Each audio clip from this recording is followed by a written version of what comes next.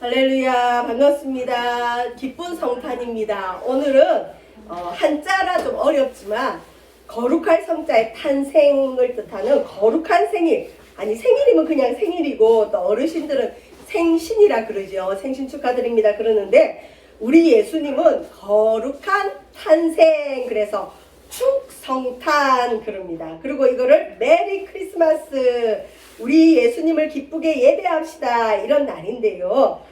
실은 요즘 그 성탄 문화가 많이 정착을 했죠. 그 연말 문화와 함께 정착을 해서 하나님을 믿지 않고 예수님을 믿지 않더라도 어디를 가든지 간에 성탄 트리가 장식이 돼 있어요. 심지어 아파트도 그 아파트 그 입주민들이 모여가지고 성탄 트리를 장식을 해놨더라고요. 근데 요즘은 이제 성탄이 뭐 해피 홀리데이 뭐 이렇게 되죠. 해피 성탄 이렇게 많이 되는데 실은 미국에서는 이 성탄을 메리 크리스마스를 하지 않고 해피 홀리데이 해서 즐거운 휴일로 바꿔버렸어요.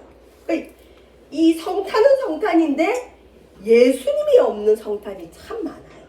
그리고 이 예수님 대신 산타크로스가 주인이 돼 있죠. 그러니까 성탄 트리하고 사슴 있고 보통 이 산타가 있어요. 또 성탄 케이크에 보면 아기 예수님보다는 이 산타가 있죠.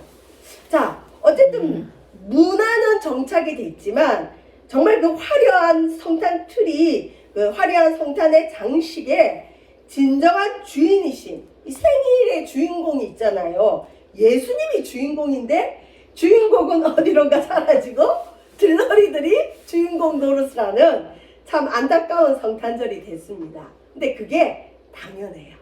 자, 왜 그럴까요? 오늘 이 누가복음 2장은 성탄절에 대한 메시지 중에 아마 여러분 매년 들었을 말씀인데, 제가 대강절 처음 시작하면서 우리 마음에, 내 마음에 예수님이 태어나지 않는다면 2021번이나 이 땅에 성탄절이 와도 그 나와 상관이 없다. 실은 예수님이 태어나야 될 곳이 우리 마음이다 라는 말을 나눴는데, 자, 지금으로부터 약 2000년 전에 예수님이 유대 베들레헴이라는 곳에 태어나셨어요. 베들레헴은 베트해서 집, 떡의 집. 오늘 요 앞에 보면은 방앗간 있죠.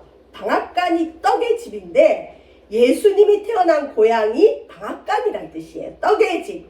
왜 떡의 집일까요? 흔히 이러죠. 예수 잘 안 믿는 남편이 교회 갔다 온 부인에게 교회를 왜 가냐? 교회 가면 떡이 나오냐? 밥이 나오냐? 그러면 부인이 입 다물고 아무 소리 못하는 게 아니라 교회 가면 떡도 나오고 밥도 나와요. 그렇게 대답할 수 있어요. 왜? 예수님은 이 땅에 생명의 떡을 주시려고 이 땅에 베들레헴에 태어나셨어요. 예수님 고향이 베들레헴. 자, 근데 예수님의 베들레헴에 태어난 사연이 있는데 오늘 읽은 누가복음 2장 1절에 보시면, 자, 그때에 예수님이 이제 태어날 쯤에 가이사라는 건 여러분 옛날 그 로마의 그 영화들 같은 거 보면 시저 그러죠. 그러니까 로마 황제를 가이사라 그래요. 가이사 아구스토라는 이 황제가 영을 내렸다. 우리 지금 코로나로 인해서 동사무소나 구청에서 계속 뭔가 공문이 날라오거든요. 이것처럼 그 당시 로마가 이 유대 땅을 다스리고 있었는데 로마의 황제가 공문을 내렸어요. 명령을 내렸어요. 이거는 행정명령이다, 해야 된다 하고 명을 내렸는데 뭘 명령을 내렸느냐? 로마가 다스리는 온 땅의 사람들은 호적, 그러니까 인구조사를 하는 거예요. 그러니까 이 땅에 지금 로마가 다스리는 사람들 숫자가 도대체 몇 명이냐, 이걸 한 번씩 인구 통계를 내잖아요. 우리도 보면 그 통장님이 한 번씩 와서 이 집에 누가 사는지 이 인구조사하죠. 이 당시도 이 인구조사할 방법이 없으니까 자기 고향, 특히 유대인들은 땅을 기업으로 받았어요. 하나님 앞에. 그래서 조상들이 살던 땅을 보통 벗어나지 못하도록 하고 그 땅은 후손에게 물려주는데 그 땅에 돌아가서 호적을 해라 하고 명령을 내렸어요. 자, 그런데 3절에 보면 모든 사람이 이제 이 황제, 로마 황제의 명령은 뭐 하나님 다음으로 힘이 있는 명령이라 안 하면 안 되죠. 그래서 모든 사람이 호적하러 각각 고향으로 돌아갔습니다. 그런데 예수님의 아버지, 육신의 아버지 요셉, 5절에 보면 요셉이라는 사람이 다윗의 집 족속이다. 여러분, 다윗은 유다 지파, 유대인들이 보통 지금 남아있는 유대인들은 유다 지파들이에요. 그 유다 지파에 속한 다윗의 후손이에요.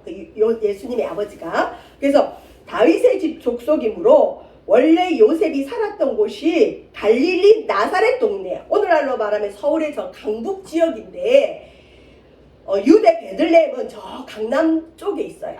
그러니까 이 북쪽에 아주 못 사는 동네에 예수님의 육신의 아버지 요셉이 살았는데, 호적하라 그러니까 할 수 없이 그 먼 길을 떠나서 유대 베들레헴까지 내려가야 되는 거예요. 근데 내려가는데 홀몸이 아니에요. 정혼을 했어요. 유대인들은 약혼 기간이 1년이에요. 1년.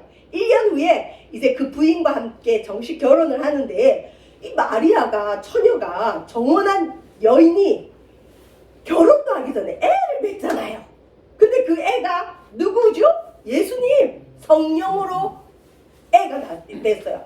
이 당시는 어마어마한 스캔들이에요. 수치스럽죠. 처녀가 애를 뱄으니 예수님은 스캔들의 주인공이세요. 이 처녀의 몸에서 나신 분이에요. 근데 이 요셉이 마리아하고 파혼을 하려고 할 때 꿈에 천사가, 요셉아, 마리아 데려오길 무서워하지 말라. 너 마리아는 다른 남자와 바람이 나서 애를 가진 게 아니라 성령으로 잉태됐고 그가 바로 메시아다. 이 요셉이라는 사람이 참 경건해서, 아니 나랑 약혼한 부인이 지금 애를 뱄는데 성령님이 그게 하나님의 아들이라 그러니까, 에이 무슨 말씀을 하세요. 이거는 개꿈이에요. 내가 미쳤구나 이런 게 않고 순종하고 자기 그 약혼녀 마리아를 자기 집에 데리고 왔어요. 이제 애를 낳을 때가 됐는데 5절에 보시면 그 약혼한 마리아와 함께 이제 이 요셉 집안의 마리아가 호적이 돼야 되잖아요. 그리고 태어날 예수님도 요셉 집안에 들어가야 돼요. 다윗의 집에 족보에 들어가야 돼요. 유다 지파의 족보에 들어가야 돼요. 그래 어쩔 수 없이 원래는 저 북쪽 제일 못 사는 동네 나사렛 동네에 있었는데 할 수 없이 유대 베들레헴까지 와서 호적하러 유대 베들레헴에 왔어요. 마리아가 만삭이죠. 이제 애를 낳아야 돼요. 자, 근데 6절 보실까요? 누가복음 2장 6절. 유대 베들레헴 거기 있을 그때에 해산할 날이 찼어. 이제 애가 나오려고 하는 거예요. 자, 근데 7절에 보시면, 자, 7절이 참 중요한데, 마리아의 첫아들, 요셉의 첫아들이 예수님이고, 이후에 마리아와 요셉 사이에는 예수님의 동생들이 많이 태어나요. 그 예수님의 동생 중에 한 사람이 누구냐면, 초대교회 유명한 지도자 야고보서를 쓴 야고보도 있어요. 예수님의 동생 중에. 자, 근데 첫아들을 낳아서, 여기 7절에 강보에 싸서, 여기서 강보라는 건, 뭐 깨끗한 애 처음 나오면 이 싸는 이불, 좋은 이불 있죠. 순면으로 만든 그런 이불이 아니고, 강보라는 건 천조가리, 아주 더럽고 허름한 천조가리가 강보예요. 원어적으로는. 첫 아들을 낳아서 이 요셉과 마리아가 첫애인데, 여러분도 다 첫애를 낳아보셨지만 첫애 낳을 때 엄청 정성을 들이고 무슨 황제 태어나듯이 준비하시더라고요, 보니까. 그런데 요셉하고 마리아도 그러고 싶을 텐데, 특히나 천사가 이 아기는 메시아고 이스라엘을 구원할, 인류를 구원할 하나님의 아들인 걸 아는데도 얼마나 찢어지게 가난했든지 자기의 첫 아들을 쌓을 강복이 이불이 없어서 천조가리의 애를 쌌대요. 이걸 볼 때 요셉과 마리아는 너무 가난했어요. 그 당시에 왕족도 있고 그 당시에 귀족도 있고 부유한 사람도 많을 텐데, 아니 이왕이면 좀 부유한 집에 예수님이 태어나게 해주면 좋을 텐데, 아니면 요셉과 마리아에게 예수님 태어날 쯤에 복을 좀 많이 줘서 갑자기 돈벼락을 맞게 하든지 황금을 발견하든지 해서 좀 부자가 되게 한 이후에 좀 준비 좀 시켜놓고 예수님을 태어나게 하면 좋은데, 어떻게 천지의 주인인 하나님이라는 분이 자기 아들을 이 땅에 보내시면서 누울 자리 하나 없이 보내시냔 말이죠. 그렇게 가난한, 찢어지게 가난한 요셉과 마리아의 집에 태어나게 하셨냔 말이죠. 그러니까 이걸 볼 때 예수님도 참 불행하죠. 누울 곳이 없어서 말 밥그릇, 여러분 짐승의 밥그릇, 요즘 애완견들, 애완묘들, 애완동물들 밥그릇은 사람 것보다 깨끗해요. 무슨 하여튼 참 대단하더라고요. 근데 이 당시에 마국간의 말 밥그릇은 오늘날 우리나라로 하면 저 시골에 있는 개 밥그릇으로 생각합니다. 더럽죠. 사람이 누울 수 있는 곳이 아니에요. 거기다 면역 약한 갓난아기를 누일 곳이 아니에요. 그런데 7절에 보면 마리아하고 요셉은 첫아들을 낳아서 강보로 천조가리에 싸서 예수님을 구유, 말 밥그릇, 짐승의 말 그릇에 밥그릇에 뉘었어요. 왜 그랬느냐? 왜? 이유가 뭐냐? 7절 끝에 보면 이것은 여관에 있을 곳이 없음이라. 지금 코로나 특수를 누리는 곳이 있죠. 호텔들 제가 어제 들어보니까 뭐 이제 방역 때문에 뭐 자영업 뭐 이런데 뭐 카페 못 가니까 사람들이 호텔을 예약해서 호텔에서 호캉스 즐기는 분들이 그렇게 많대요. 지금 호텔 예약을 못 한대요. 이 당시도 여관이 특수를 누렸어요. 왜 그럴까요? 전 세계에 흩어져 있던 유다 백성들, 로마 치하에 있는 사람들이 호적하라니까, 호적하러 자기 고향들로 모이니까 이방 타 지역 사람들이 많이 오잖아요. 그러면 숙박업소가 바쁘죠. 그러니까 이 요셉도 마리아도 베들레헴에는 자기 집이 없어요. 아마 아는 지인도 없었던 것 같아요. 있어도 어떻게 이 산모 하나 누울 곳이 없단 말이에요. 여기 보면 여관에 있을 곳이 없다. 그래서 제 아는 권사님 아들이 저기 연극을 하는데, 연극 제목이 뭐냐? 빈방이 있습니까? 그러면서 성탄 연극을 많이 해요. 빈방이 없는 거예요. 여관에 있을 곳이 없는 거예요. 근데 자 여러분, 이걸 조금만 생각을 해보면 진짜 여관이 없었을까요? 돈이 없었을까요? 돈이 없었어요. 요즘도 돈 있으면 뭐든지 만들어내죠. 돈 있으면 없던 것도 생겨요. 이 당시는 더했죠. 근데 여기 보면 여관에 있을 곳이 없다, 이 말이 깊이 생각해보면 마리아하고 요셉은 어떤 웃돈을 줘서라도 얻을 수 있는 그 여관을 가질 수 없을 정도로 너무너무 가난했다는 거예요. 아니, 하나님 믿는다면서요. 하나님의 아들이 태어날 부모라면서요.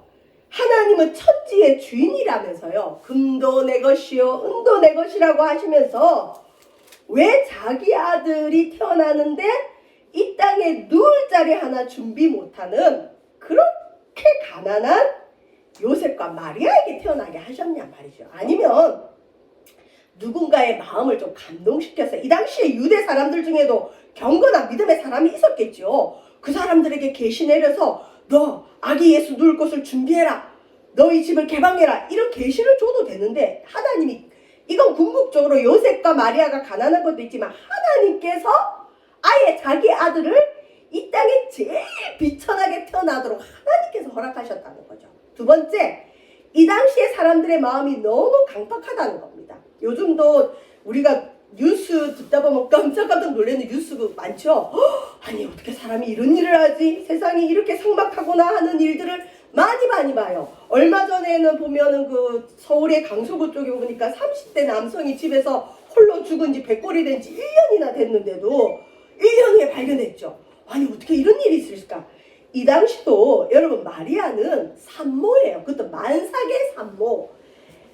애를 뵌 사람에게 그 지역 사람들이 얼마나 쌍막하고 강팍한지 이 산모에게 방 하나 안 내줘요.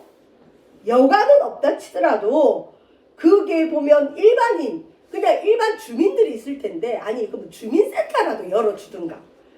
지금 애를 낳아야 될 산모가 있을 방 하나를 안 내주는 이 차디찬 삭막한 그 당시 사람들의 강팍한 마음을 볼 수 있어요. 오죽 산모가 있을 곳이 없으면 마구간에 가서 애를 낳도록 허락을 하냔 말이죠. 자, 그 다음에 이제 세 번째로, 그러면 왜 하나님께서는 왕도 하나님 거고 금도 하나님 거고 이 땅이 모든 게 하나님이고 예수님은 이 땅의 주인이신데 왜 이렇게 낮고 낮다 못해 비천하고 비참한 곳에 예수님을 태어나게 하셨을까요? 그건 우리 하나님께서 이 땅의 부귀영화와 이 땅의 화려한 것을 찾는 사람들에게 주시는 메시지가 있어요. 너희들 정신 차려라. 메시아는 그렇게 화려한 곳에 있지 않다. 그러면서 여러분 우리 요한계시록을 통해서 배웠지만 요한계시록에 보면 마지막에 이 땅을 상징하는 바벨론이 무너지죠. 바벨론은 이 땅의 부귀영화를 뜻해요. 이 땅의 부귀영화를 멸시하시는 하나님의 메시지가 있어요. 우리 인간은 돈 좋아해요. 황금 좋아해요. 부자 되는 거 좋아해요. 특별히 믿음의 사람들도 좋아해요. 그러다 보니까 좋아하는 걸 넘어서서 그걸 쫓아가게 돼 있어요. 근데 하나님께서 그거 다 소용없어. 나는 이 땅의 부귀영화를 멸시하는 하나님이다. 좀 말이 좀 심하죠? 멸시하시는 거예요. 조금 다른 얘기지만 저희가 이제 부산 서지방이고 저희 속한 이 지방에도 개척교회들이 좀 있는데 우리 개척교회 목사님들이 모여서 이제 예배하고 교회 행정을 나누고 보고하는 시간이 있었는데 그때 그 감리교회는 감리사님 있어요. 그 감리사님께서 이제 이런 얘기를 하시더라고요. 요즘 그 사람들이 그 개척교회를 하지 않고 이제 비전교회를 하는데 비전교회가 힘든 이유가 뭐냐 물어봤더니 성도 한 명 들어와서 그냥 그 목사님이 있는 정성 없는 정성 들여서 잘 양육해 놓으면 어느 정도 믿음이 좀 들어가면 큰 교회로 도망을 간다는 거예요. 왜 그럴까요?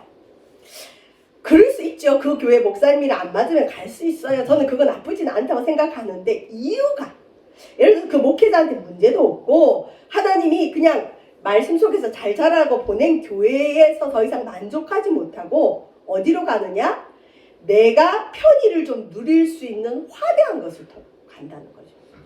물론 큰 교회가 나쁘다는 건 아닙니다. 또 우리 교회가 개척교회이기 때문에 아이고 목사님이 저런 말을 하네 그게 아니라 제가 그 말을 듣는데 야, 이 시대가 참 심각하구나. 저는 그 말을 듣고 아니 설마 그랬거든요. 근데 주변에 실제로 그런 목사님들 얘기를 듣다 보니까 그 교회의 문제도 있겠지만 이 시대가 또 이 시대의 교회들이 잘못하고 있구나. 사람들로 하여금 예수님을 보게 해야 되는데 교회 건물을 보게 한다. 사람들로 하여금 살아계신 하나님을 보게 해야 되는데 성도로서 누릴 수 있는 큰 교회의 어떤 편의를 보게 한다.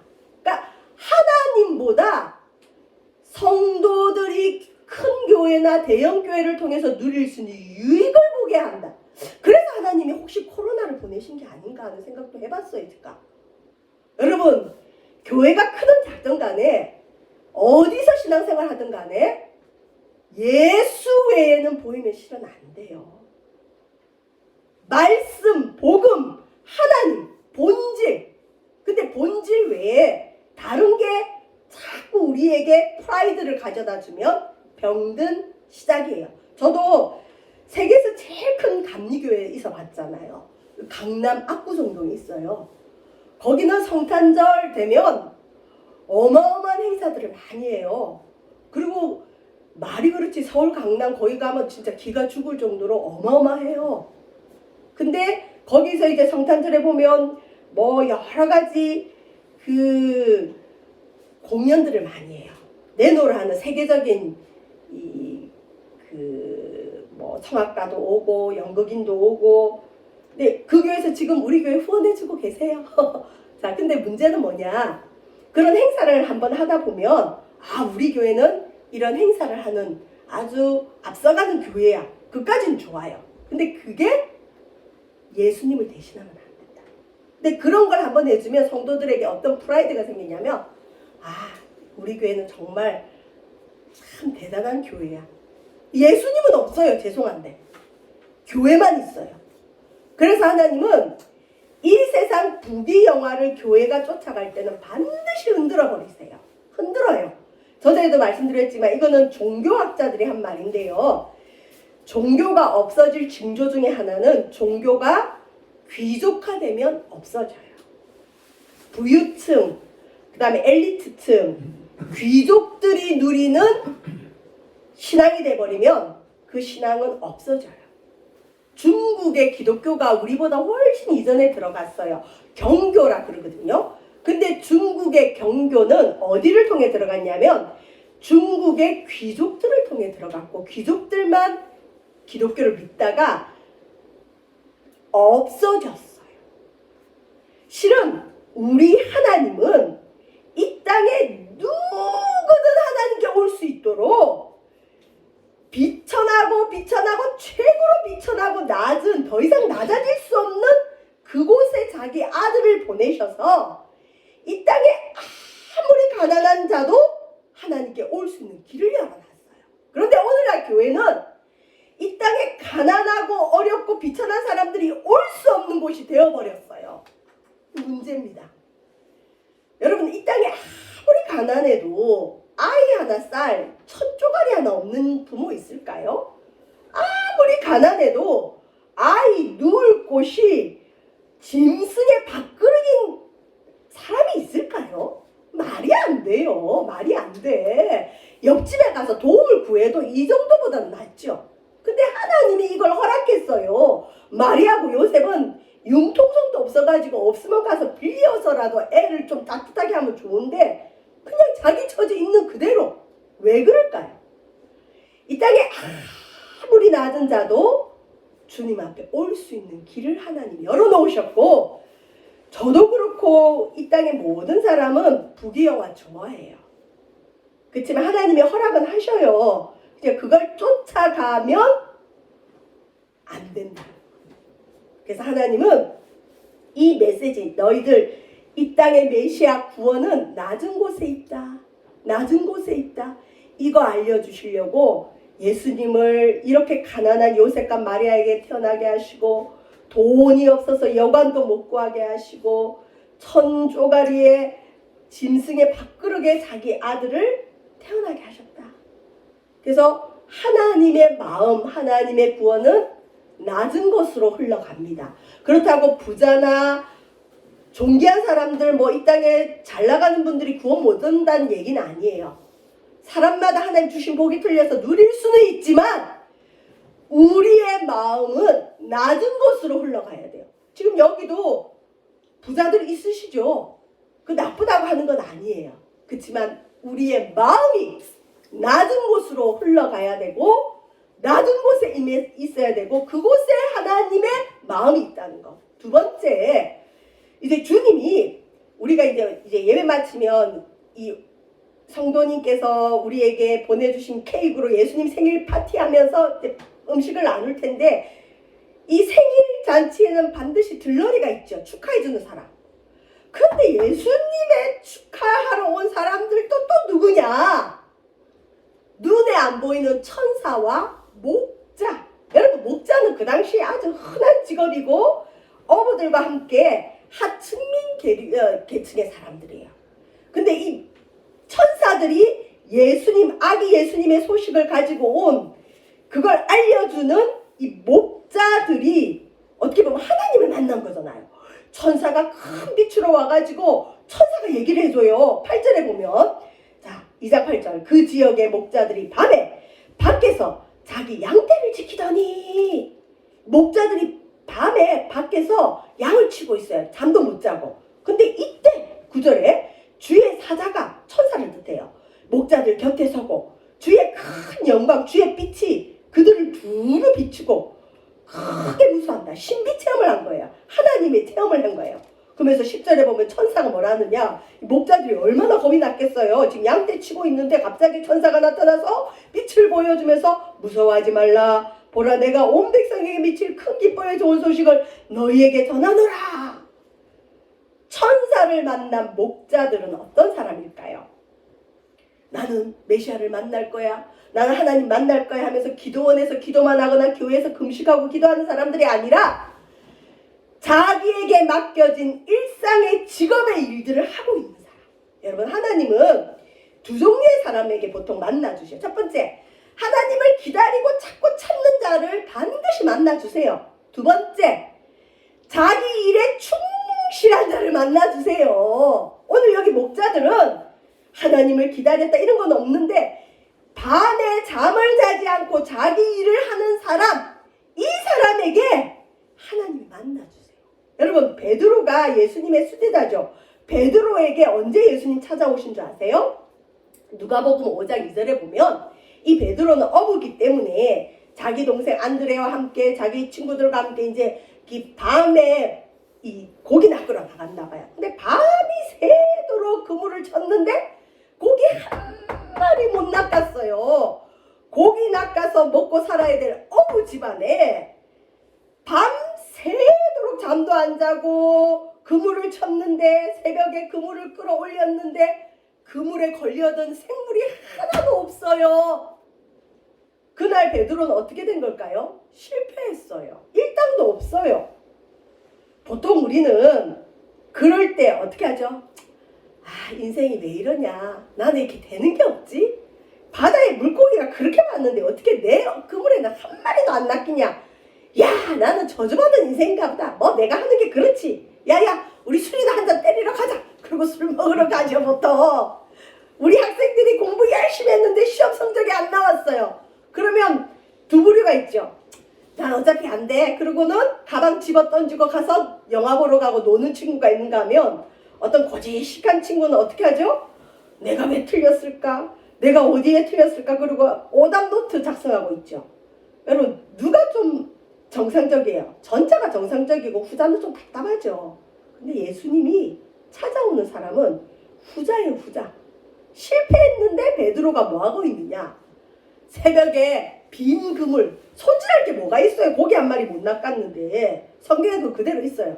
근데 고기 한 마리 못 낚은 그 그물 깨끗하잖아요. 근데 앉아서 그거를 손질하고 있어요. 손질하면서 베드로 마음이 어떨까요? 나는 왜 이렇게 무능할까? 내가 지금 어부만 몇 년을 하고 있는데 어떻게 밤새도록 고기 한 마리가 안 낚이냐? 내가 인생을 좀 잘못 살았나? 나만 이렇게 뭐가 안 되나? 아우, 나는 정말 운이 없는 사람인 것 같아. 비참할 것 같아요. 근데 옆에 보니까 옆에 친구는 뭐 그물에 고기가 많아요. 쟤는 왜 많지? 나보다 잘생겼나? 이럴 수 있잖아. 베드로가 어쨌든 실패한 그 자리에서 내일을 준비할 때 그물 왜 손질할까요? 내일 또 고기 잡으러 나가려고. 포기 안 해요. 여러분, 우리에게 맡겨진 일에 우리가 실패도 할 수 있고 안 될 때가 있어요. 근데 안 될 때 아우 난 안 돼. 그리고 그걸 놔버리는 사람은 죄송해요. 주님 앞에 쓰임받기 힘들어요. 주님 안 만나서요. 실패하던 무능하던 내게 맡겨주신 그 일에 최선을 다하는 자, 실패해도 내 일에 내 사명의 자리에 있는 그 사람에게 주님 찾아오세요. 목자들이 자기 일을 할 때 찾아오셨어요. 모여서 예배하고 기도한 게 아니고 그냥 천하디천한 양 치는 일들, 양을 돌보는 일들을 하고 있을 때 천사가 찾아와서 메시아가 태어날 걸 알려줬어요. 여러분, 이 종교개혁자들 중에 직업 소명서를 얘기한 종교개혁자들이 있어요. 저처럼 목양이 직업은 아니죠. 이건 소명인데 사명으로 하죠. 근데 여러분이 지금 하고 있는 집안일이든 가정주부면 가정의 일이든 아니면 어떤 직장의 일이든 아니면 지금 건강을 돌보는 일이든 내게 맡겨준 일이 하나님이 내게 하라고 한 사명이라는 거예요. 사명은 해도 되고 안 해도 되는 게 아니라 안 하면 안 되는 거. 저와 여러분, 목자들처럼 사명감이 있고 일의 귀천을 떠나서 자기 일에 열심히 자, 이런 사람에게 주님 찾아오십니다. 할렐루야. 자, 근데 이 목자들의 신분은 낮은 곳에 있었다. 자, 결론적으로 우리 주님은 낮은 곳에 계십니다. 오늘날 특별히 2021년을 살아가는 오늘날 왠지 성탄절은 화려한 곳에 있고 높은 곳에 있는 것 같아. 그런데 아니에요. 다시 우리는 낮아져야 됩니다. 낮아져야 돼. 낮은 곳으로 가야 예수님 만날 수 있고 낮은 곳에 가야 소망이 있습니다. 그러면 우리는 어떻게 낮은 곳으로 가서 성탄을 보낼까요? 누가복음 14장 12절에서 14절 찾고 우리 말씀 마치겠습니다. 나는 그러면 어떻게 낮은 곳으로 가서 주님을 만날 것인가? 나는 어떻게 낮은 곳에서 사명 감당할 것인가? 누가복음 여러분 14장 그 2장이죠. 쭉 넘겨보면 14장이 나와요. 신약성 119쪽 14장 12절에서 14절 12절에서 누가복음 14장 12절에서 14절 찾으신 분은 자기 성경 보시고 혹시 못 찾으신 분은 제가 읽어드릴게요. 한번 잘 들어보세요.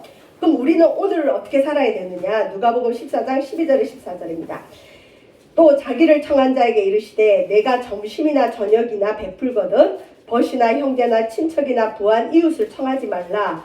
두렵건대 그 사람들이 너를 도로 청하여 내게 가품이 될까 하노라. 잔치를 베풀거든 차라리 가난한 자들과 몸 불편한 자들과 저는 자들과 맹인들을 청하라. 그리하면 그들이 갚을 것이 없으므로 내게 복이 되리니 이는 의인들의 부활 시에 내가 가품을 받겠습니다 하시더라. 이 땅의 원리 중에 하나가 기브 앤 테이크가 있죠. 주는 게 있으면 받는 게 있고 받는 게 있으면 주는 게 있어요. 주고받고가 인간사의 정이고 예의라고 보통 가르쳐요. 맞아요. 근데 하나님의 법칙은 좀 달라요. 내가 뭔가 누구에게 밥을 사주고 싶으면 친구나 형제나 친척이나 심지어 부자 이웃을 청하지 마라. 갚을 게 없는 가난한 자, 몸이 불편한 장애우, 저는 자, 맹인들을 청해라. 왜? 친구나 형제나 부자들은 내가 뭐 하나 베풀면 배로 아니면 그만큼 돌려줘요. 우리 흔히 경조사 그러죠. 준 만큼 받고 그 계산해서 주기도 하죠. 물론 경조사는 그럴 수 있어요. 그런데 하나님 앞에 살아가는 사람, 하나님 나라의 원칙은 내가 진정으로 뭔가를 베풀고 싶으면 갚을 능력이 없는 사람에게 주라는 거죠. 그러면 그 사람은 못 갚아요. 그 사람은 안 갚아요. 갚을 수가 없어요. 그런데 그게 나에게 복이 된대요. 왜? 마지막 날 의인들의 부활 시에 이 마지막에 다 부활할 때 주님이 갚아주신다. 여러분 성탄절을 맞이해서 우리끼리 즐거워할 수 있고 기뻐할 수 있지만 저는 이 시간 우리 성탄을 보내면서 기도를 많이 했어요. 하나님, 우리 교회에 후원하시는 분들도 실은 개척교회 뭘 바래서 후원하겠어요. 제가 뭘 갚을 수 있겠어요. 또 갚으면 안 되죠. 하나님 보고 심은 헌금에 제가 인간적으로 갚으면 그게 하나님께 영광이 안 되죠. 하나님만 갚을 수 있는 걸로 그 사람들에게 갚아달라고 기도를 하는데 우리 성도들과는 이 성탄절을 어떻게 할까 고민을 하다가 첫 번째, 보통 이제 다른 교회들은 성도들에게 자기 자비를 들여서 주변에 가난한 사람 찾아가도록 하는데 내가 하나님의 부요하심과 내가 하나님의 사랑을 체험을 못했는데 내 주머니 털어서 어디 가난한 사람 도우라 그러면 여러분 솔직히 말하면 도울까요? 안 도울까요? 안 도와요. 아까워요. 나도 가난한데 아이 나는 뭘 안 줘. 특히 요즘 현대 교인들 제일 불만이 뭔지 아세요? 왜 교회는 뭘 안 주니? 특히 큰 교회일수록 더해요. 왜 교회는 뭐 안 주니? 뭐 좀 달래요. 아 제가 그걸 보면서 아 요즘 현대인들은 뭔가 결핍이 있구나. 그래서 제가 기도하면서 하나님께서 좋은 인사이트를 주셨는데 여기는 우리 초신자들 많으시잖아요. 그러니까 뭐 저도 못하는 선행을 하라고 할 수 없죠. 먼저 교회가 하나님이 주신 그 물질로 여러분에게 자그마한 선물을 하나 준비했어요. 그 다음에 그 선물과 함께 또 다른 선물을 하나 더 준비했어요. 그래서 하나는 여러분이 가지세요. 예수님의 사랑이라고 그냥 느끼셔도 돼요. 뭐 제가 드리는 거 아니에요. 우리 교회에 계신 하나님 보고 헌금한 여러분과 후원자들이 하나님을 통해서 주신 그 물질인데 그래서 하나님이 여러분에게 내가 너를 사랑해 하는 사인이에요. 근데 또 하나는 나는 그래도 아직 하나님 사랑이 부족해. 나는 하나님 사랑 모르겠어. 그런 분은 그냥 2개 다 가지세요. 괜찮아요. 내 사랑이 넘쳐야 줄 수 있거든요. 근데 또 하나는 어떻게 하느냐. 나는 하나로 만족해요. 그런 분은 그 나머지 하나를 여기 말하는 갚을 길 없는 사람에게 나눠주세요. 이건 전도용품 아니에요. 꼭 교인들이 뭐 주면 전도 목적이 있어서 준다 이런 스트레스들이 요즘 사람들에게 많아요. 교회도 그러지 않아요. 아니에요. 우리 교회가 복을 받는 길이 하나 있는데 갚을 길 없는 사람에게 여러분이 꼭 주셔요. 이왕이면 교회에 나올 가능성 없는 사람, 예수 믿는 사람에게 주지 마시고. 그래서 그렇게 해서 우리 성탄절을 우리도 낮은 곳으로 가서 한번 섬길 수 있으면 좋겠다 하는 바람입니다. 기도하겠습니다. 사랑해 주님, 은혜를 감사함을 드립니다. 낮고 낮아지신 예수님처럼 우리로 낮은 곳에 흘러가는 귀한 성탄절 되어지게 하시고 갚을 힘이 없는 자에게 하나님의 사랑을 나누어서 하나님이 우리 세반석교회를 축복하실 수밖에 없는 그 복을 받아 누리게 하여 주옵소서. 감사드리며 예수님 이름으로 기도합니다. 아멘. 우리 찬